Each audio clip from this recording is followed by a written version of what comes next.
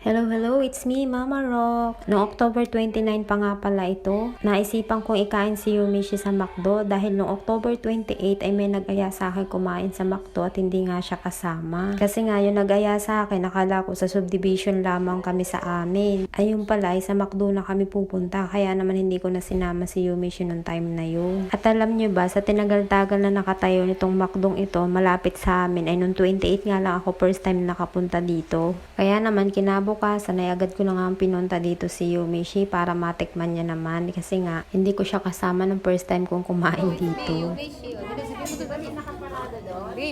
Hello, hello, it's me, Yumishi.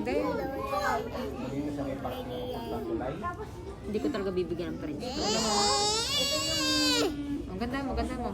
Why are you here? Why are you here? Bakit ka nandito? Ha? At matapos nga ang mahaba-hambang paghihintay, charan, ayan na ang order namin at si Yumishi inupakan na nga agad ang french fries. And in fairness, trip niya ang chicken dito. Talagang as in kinain niya talaga yung chicken dyan. As in busog si Yumishi. Pati yung coke float as in. Ubus ni Yumishi. Nagulat nga kami. At alam niyo ba, pagkatapos nga ni Yumishi kumain ay talagang hinihikab na siya. Talagang inaantok na. Siguro na sobrahan sa busog. At si Yumishi lang ba yung batang halip na sa ketchup isaw-saw ang french fries ay sa Sunday sinasaw-saw?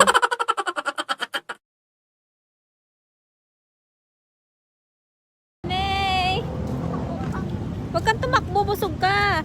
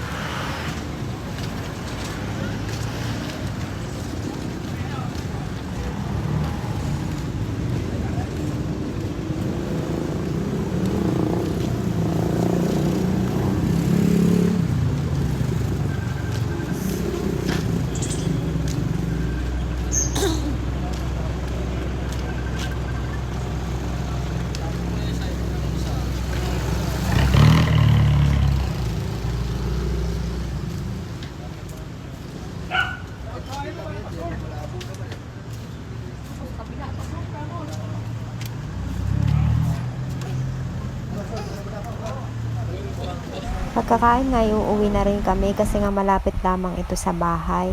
At yun lamang po, salamat sa panunood. Bye!